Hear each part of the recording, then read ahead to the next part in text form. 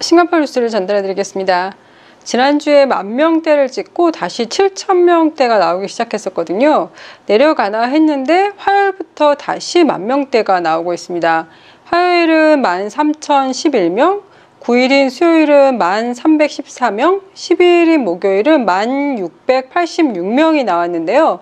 하지만 싱가포르에서는 자가검사를 해서 양성이 나오는 경우에는 여기 숫자에 카운트가 되지 않습니다. 그래서 보건부 장관도 이 숫자가 싱가포르의 코로나 감염자 숫자 전체를 나타내지는 않는다고 발표를 했습니다. 왜냐하면 싱가포르 같은 경우에는 몸이 크게 아프지 않는 이상 병원에 가서 코로나 검사를 하는 게 아니라 본인이 집에서 자가검사를 하고 혹시 양성이면 그냥 그대로 집에 머무는 게 지금 현재 코로나 룰이거든요. 그렇게 집에 머물면서 72시간 후에 다시 자가검사를 해서 양성이면 계속 집에 머물면서 그냥 자가검사를 음성이 나올 때까지 계속 하는 거고요. 만약에 음성이 나오면 바로 그냥 사회생활이 가능합니다. 그런데 이렇게 자가검사를 하지 않고 병원에 가서 PCR 검사를 해서 양성이 나왔다.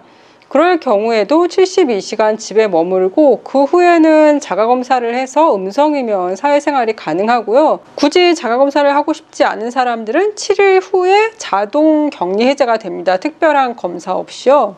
물론 고위험군이나 많이 아픈 사람은 병원에 입원하게 됩니다. 그리고 가족들이 코로나에 걸렸다고 하더라도 나머지 가족들은 일상생활을 계속 할 수 있거든요. 물론 자가검사 키트를 이용해서 음성일 경우에 나가서 일상생활을 하라고 하고 있습니다. 저희 아이 학교만 해도 저희 둘째 다니는 학교요. 한 가족이 4인 구성원인데 그중에 3명이 코로나에 걸렸거든요. 엄마, 아빠, 언니가 코로나에 걸렸는데 막내 아이는 계속 학교에 나오더라고요. 그런데 이 아이가 학교 올 때 항상 부모님이 차를 태워주셨는데 학교 나오는 거 보니까 코로나 걸린 부모님이 계속 학교에 차를 태워서 보내주는 것 같더라고요. 그리고 그 부모님께서 지난주 주말에 몸이 좀 안 좋은데 자가검사를 했는데 음성이라고 그러셨었거든요. 그런데 수요일인가에 다시 양성으로 나왔다고 하니까 사실 주말부터 몸이 안 좋았던 주말부터 수요일까지는 계속 그냥 일상적인 사회생활을 하게 되는 거죠. 그리고 싱가포르 같은 경우에는 학교에서 코로나 확진자가 나오더라도 2년 전에 초창기만 해도 그럴 경우에는 학교 문을 하루에서 이틀 정도 닫고 소독을 하고 그리고 다시 등교를 했었는데요. 이제 코로나와 함께 살기로 윗 코로나 정책을 발표하고 나서부터는 이렇게 확진자가 나와도 학교에 방역을 위해서 문을 닫는다거나 아니면 학교뿐만 아니라 다른 곳에서도 확진자가 나와도 방역을 하기 위해서 거기 문을 닫는다거나 이거는 사라진 지 꽤 오래됐습니다. 그야말로 진짜 코로나와 함께 살아가고 있다는 게 느껴지는데요. 솔직히 이제는 코로나가 걸리고 안 걸리고가 내가 혼자 이렇게 조심해서 되는 문제가 아닌 것 같고 그냥 운이 아닌가 이런 생각이 들 때도 많아요. 예전에야 락다운을 하고 다들 집에만 있으라고 하고 그래서 나 혼자 조심하면은 안 걸릴 수 있었지만 지금은 다들 사회생활을 하잖아요. 아까 아이들은 학교를 다니고 직장 다니시는 분들도 있고 그렇게 사회생활을 하다가 저녁에 또 집에서 다 같이 모이니까요. 이게 어디서 걸려와서 어떻게 퍼질지 그건 정말 아무도 모르는 일일 것 같습니다. 싱가포르 보건부 장관은 현재 싱가포르에서 5세에서 11세 아동의 코로나 감염률이 가장 높다고 밝혔는데요. 그리고 그 다음에 감염률이 높은 게 만 12세에서 19세 사이라고 합니다. 제 생각에는 만 20세 이상은 이렇게 자가검사를 몸이 좀 안 좋아서 자가검사를 해서 양성이 나와도 딱히 병원에 가지 않고 그냥 집에 있기 때문에 이게 감염자 숫자에 포함이 안 되잖아요. 정부 데이터에도 안 들어가고요. 그런데 아이들이 이렇게 몸이 안 좋아서 검사를 했을 때 만약에 양성이 나온다 그럼 부모님들은 걱정이 돼서 병원에 찾아갈 것 같거든요. 의사 선생님한테 이 아이가 입원이 필요한지 아니면 이대로 집에 있어도 되는지 상담을 하고 싶을 것 같아요. 그러다 보면 병원에 가서 코로나 검사를 하면 그게 정부 데이터에 잡히다 보니까 그래서 이렇게 어린아이들의 감염률이 제일 높게 잡히는 게 아닌가라고 저 혼자 그냥 생각을 해봤습니다. 그리고 PCR 검사를 해서 양성이 나와서 7일간 격리를 하면 그 후에는 검사 없이 그냥 격리 해제라고 말씀드렸잖아요. 스스로 자가검사를 했는데 양성이 나온다. 그러니까 7일이 지나서 이제 격리 해제가 돼서 사회생활을 할 수 있는데 혹시 몰라서 자가검사를 했는데 양성이 나온다. 그럴 경우에 출근을 해도 되냐는 질문이 있었어요. 출근을 해도 된다고 합니다. 7일이 지나서 나오는 양성은 다른 사람을 감염시킬 가능성이 적기 때문이라고 합니다. 의사의 메모나 시험 결과 없이 바로 출근이 가능합니다. 그리고 자가검사를 통해서 양성이 나온 사람들은 정부 데이터에 잡히지 않기 때문에 그 사람의 밀접 접촉자라고 하더라도 헬스 워닝 리스크를 받지 않게 되는데요. 이럴 경우라고 하더라도 본인이 밀접 접촉자인 것을 아는 경우에는 며칠 동안 본인의 몸 상태를 잘 살펴보라고 합니다.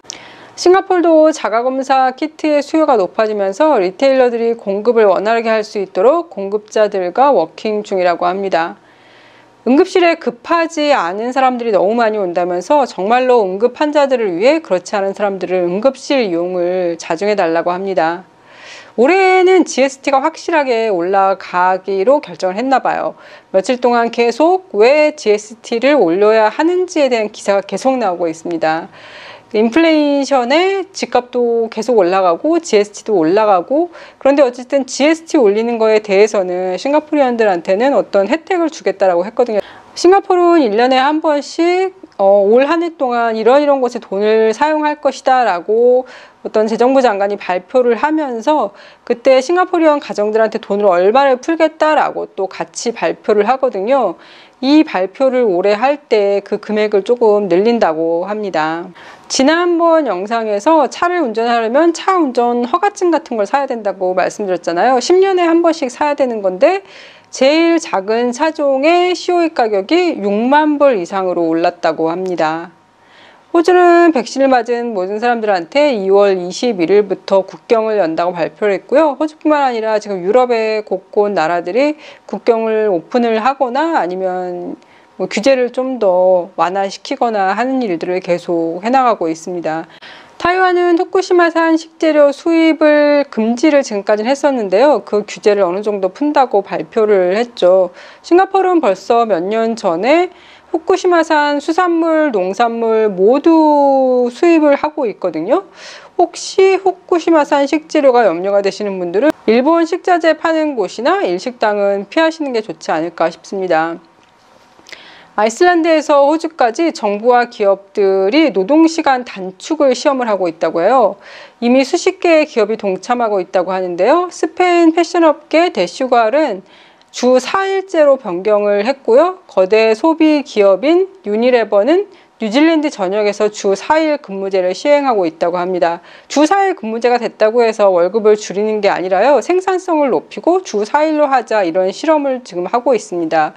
고용주들에게 가장 큰 염려가 되는 게 근로자들이 같은 수준의 일을 유지하면서도 더 적은 시간 안에 이거를 다 끝낼 수 있을까 하는 건데요. 아이슬란드에서 노동시간 단축에 대한 2번의 대규모 실험에 대해서 이 연구 결과가 대부분 작업장에서 생산성이 저하되지 않았고 노동자들의 복지가 극적으로 향상되었다는 것이 밝혀지는 등 초기 징후는 대체로 긍정적이라고 합니다.